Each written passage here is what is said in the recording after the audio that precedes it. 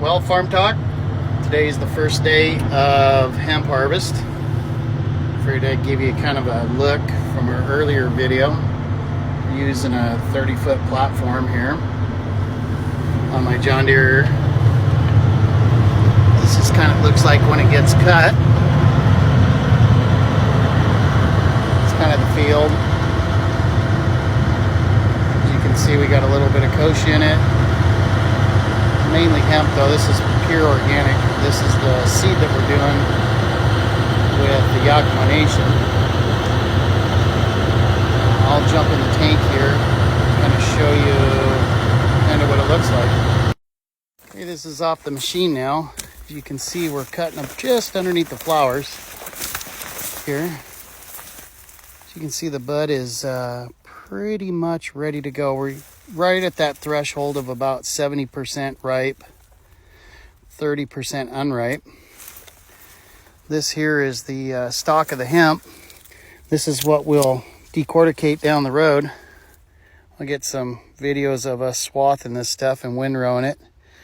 They actually want it to mold a little bit, get the enzymes start breaking down on the husk, because it's actually the center of the core here, from what I understand, is kind of what they're after.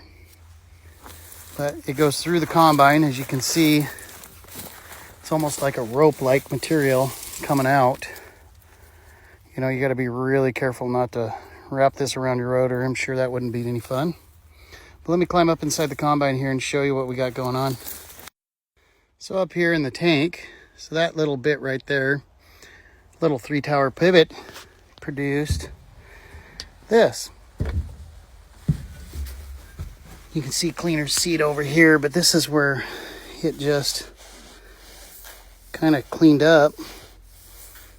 But we're looking for that kind of the coffee look, just like so. So just like a grain, you know, sorghum, something like that. It's kind of what we're after.